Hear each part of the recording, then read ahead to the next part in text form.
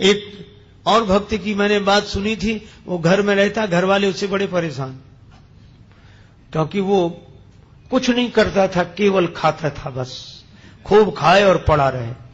अब जो खूब खाएगा तो करेगा क्या, जहां खाए वहीं लुढ़क जाए।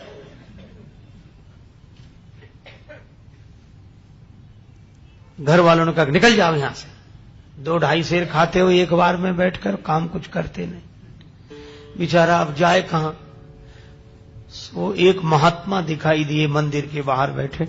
महात्मा बड़े तंदुरुस्त थे, महात्मा होते ही प्रसन्न, अपना मस्त।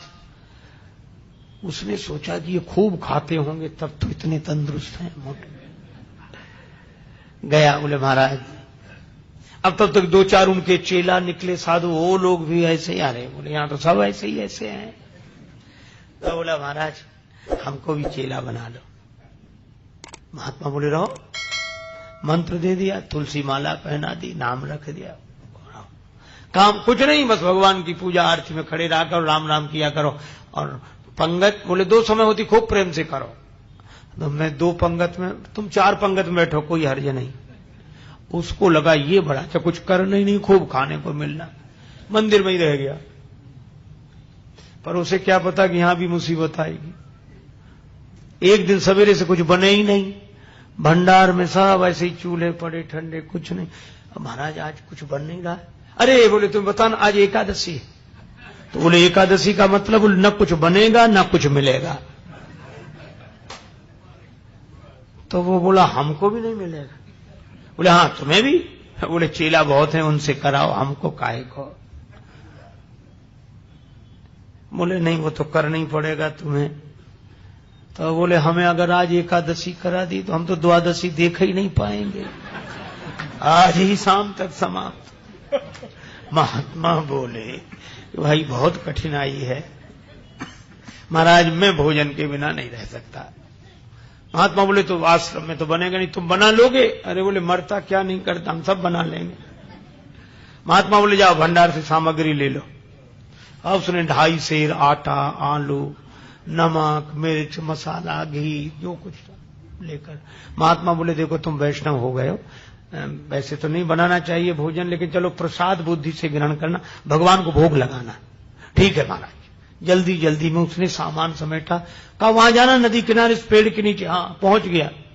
अब जैसा बना बेचारे से वैसा भोजन बनाया, आलू का चोखा और सब गुड़ घी सब तैयार करके। इतना पाना ही चाहता था, भूख और लगाई, रोज तो बना बनाया मिलता था, आज तो बनाना पड़ा।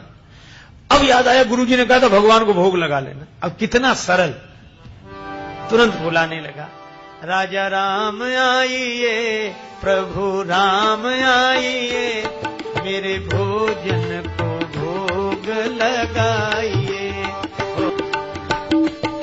बोले यहां तो नदी का पानी है, रूखी रोटी, आना है तो जल्दी आ जाओ, हमको भूख लग रही है। भगवान नहीं आए। तो बोला पूड़ी और पकौड़ी भगवान सेवक ने न बनाई, और मिठाई तो है ही नहीं। फिर भी नहीं आए भगवान। तो एक सरलता से बात कही, उस पर रीझ गए प्रभु। बोले सुनो, हम समझ गए आप इसलिए नहीं आ रहे कि रूखी रोटी खाने काहे को जाए, नदी का पानी, मंदिर में तरह तरह के व्यंजन मिलेंगे। तो बोला भगवान उस धोखे में मत रहना, वहां से तो जान बचा के हम ही आए, यहीं आ जाओ। और इस सरलता पर नवम सरल और मम भरोस की भगवान आएंगे। भगवान प्रकट हो गए, लेकिन भगवान भी कम कौतुकी नहीं। जितना वो सरल भगवान वैसी लीला करने को तैयार, अकेले नहीं आए। सीता समारोपित वाम राम वाम दिस जान, श्री सीताराम जो देखा तो भगवान की सुंदरता, श्री सीता मैया देखकर प्रसन्न तो बहुत हुआ, लेकिन उदास हो गया। तो गुरुजी ने तो एक भगवान के लिए कहा था, ये तो 2 आए हैं। अब कभी भगवान की तरफ देखे, कभी रोटियों की तरफ देखे। भगवान ने कहा क्यों आ गए ना? बोले हाँ आ गए सो तो ठीक है, लेकिन अब जो है तो बैठो। भगवान बोले क्यों, क्या हुआ? बोले कुछ नहीं, हम तो सोच रहे थे कि एक का इंतजाम करना है, लेकिन आप 2 आए हो तो कोई बात नहीं, थोड़ी बहुत तो एकादशी आप करा ही दोगे हमारी, जो कुछ है तो आप विराज हो। भगवान बैठ गए। कितनी सरलता से इन कथाओं पर विश्वास करना कठिन होता है, क्योंकि हम लोग सरल नहीं हैं। भगवान श्री सीताराम जी बैठ गए, उनके सामने परोस दिया। कहने लगा मैं कुछ भूखा तो रहूं, लेकिन आपको देखकर लगा बहुत अच्छा, पर एक काम करना, अब मैं समझ गया कि आप 2 आते हो, मैं इंतजाम और ज्यादा करके रखूंगा अगली एकादशी को, लेकिन इतना परेशान मत करना, जल्दी आ जाना। भगवान बोले आ जा। उसने आकर गुरुजी से कुछ नहीं कहा, इतना सरल था, वह तो समझता था भगवान आते ही ऐसे ही होंगे। अगली एकादशी को बोला कि गुरुजी कुछ सामान बढ़वाओ। गुरुजी बोले क्यों? बोले वहां 2 भगवान आते हैं। गुरुजी ने सोचा भूखा रहा होगा इसलिए कह रहा है। बोले बढ़ा दो 1 सेर आटा और सामान और बढ़ा दो। अब वो 3.5 सेर आटा लेकर और सब बनाया उसने और बुलाया। भगवान तो इंतजार ही कर रहे थे। जैसे ही उसने कहा राजा राम आइए, अब कहने लगा सीता राम आइए, मेरे भोजन का भोग लगाइए, ओ मेरे भोजन का भोग। और सही बात, जैसे ही पुकारा भगवान प्रकट हो गए, लेकिन दोस्त ने 3 को देखा तो बोला हद हो गई, 1 को बुलाओ तो 2 आते, और 2 का इंतजाम करो तो 3 आते, ये कौन है? भगवान बोले ये हमारे छोटे भाई हैं। छोटे भाई सचमुच है? लगते तो नहीं न स्वरूप से न स्वभाव से, कहीं से पकड़ लाए क्या कोई? बोले नहीं हमारे छोटे भाई हैं। ऐसे क्यों कहते? छोटे भाई हैं। तो हाथ जोड़कर बोला प्रभु बुरा न मानना, छोटे भाई हैं सो अच्छा है, आ गए तो कोई बात नहीं, लेकिन एक बात बताओ, हमने ठाकुर जी के भोग का ठेका लिया है कि ठाकुर जी के खानदान भर का? गुरु जी ने कहा था भगवान को भोग लगाना, 2 आए, अब ये भाई साहब आ गए। अब राम जी खूब हंसे, जानकी मैया को, लक्ष्मण जी को लगेगा अच्छी जगह ले आए भगवान, क्या स्वागत हुआ है आते ही आते। लेकिन वो बोला क्या कहूं, भूखा भले ही रह जाऊं, लेकिन आप लोगों को देखकर मुझे बड़ा अच्छा लगा। अब बैठो, आप तीनों ही बैठो, पाओ जो कुछ है, 1 ही ज्यादा है, 2 का इंतजाम तो है ही। पाया कुछ मिला। भगवान खूब हंसते रहे, लक्ष्मण जी भी बहुत बोले। अब जब चलने लगे तो बार बार चरणों में सिर रख के आंखों में आंसू आ जाए, लगते आप बड़े सुंदर, लेकिन एक काम करो, अगली एकादशी को अभी से बता जाओ कितने आओ, ताकि उतने ही हम इंतजाम कर लें। बस यही झंझट है, बाकी और कोई झंझट है, पहले से बता दिया करो कि कितने हो, तो वैसे इंतजाम कर। भगवान बोले हम आ जाएंगे, हम आ जाएंगे। आया तो भी नहीं कहा गुरु जी से, सोचा कुछ दिन तो आराम से बीते। अब अगली फिर एकादशी, गुरु जी बोला आज एकादशी है, ठेला बोला है, उदास क्यों? अरे बोले महाराज वहां बहुत लोग आते हैं, तो क्या करें? बोले हमारा 7 सेर आटा करो कम से कम। 7 सेर? हाँ, और उसी हिसाब से सब सामान। गुरु जी समझ गए इतना तो ये खा नहीं सकता, ये बेचता होगा जरूर।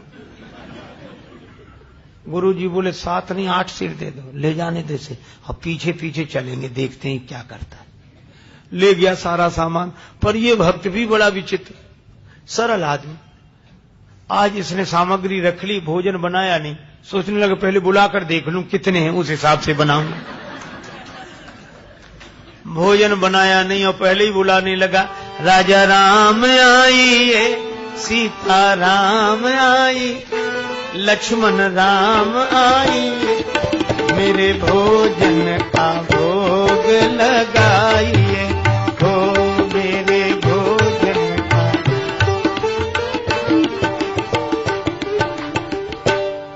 जब जंगल में भक्त ने कीनी प्रेम पुकार, तब ता क्षण में प्रगट भो दिव्य राम दरबार।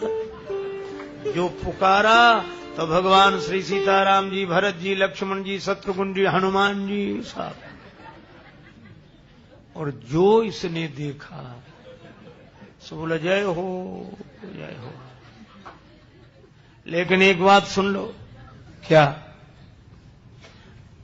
एक को बुलाए तो 2 आए, 2 का इंतजाम किया तो 3 आए, आज तो हद कर दी साहब इकट्ठे।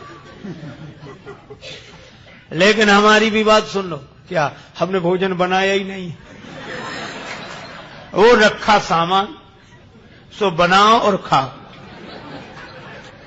भगवान बोले क्यों तुम क्यों नहीं बनाते? बोले जब हमें मिलने ही नहीं है तो बनाने से क्या लाभ, आप ही बनाओ और पाओ। मोते नहीं बनत बनाए, भोजन आप बना बहु अपने, बहुत दिनन संग पाए, मोते नहीं बनत बनाए, तुम नहीं तजत सुबानी अपनी, हम केते समझाए। हमने कितना समझाया, आप अपनी आदत छोड़ते नहीं हो और आज तो हद कर दी। नर नारिन की कौन कहे, हनुमान जी की ओर देखकर बोला, एक बानर भी संग लाए, एक बानर हूँ संग लाए, मोते नहीं बनत, हमसे नहीं बनता है। प्रथम दिवस भोजन के हित आसन जब मैंने लगाई, उधर न मैं भर सक्यो सीए जब सन्मुख आई, फिर विनीत आए भाई पर भाई, और निराहार ही रहो आज मुझ परत दिखाई। भगवान खूब हंसे, बोला हंसने से काम नहीं चलेगा, बनाओ लगाओ शुरुआत करो। बैठ गया वृक्ष के नीचे। भगवान बोले भाई भक्त की राजी आज बनाओ। गुरुजी आए पीछे से कि देखें ये सामान का क्या करता, तो गुरुजी को कोई न दिखे, चेला बैठा दिखे और सामान रखा दिखे।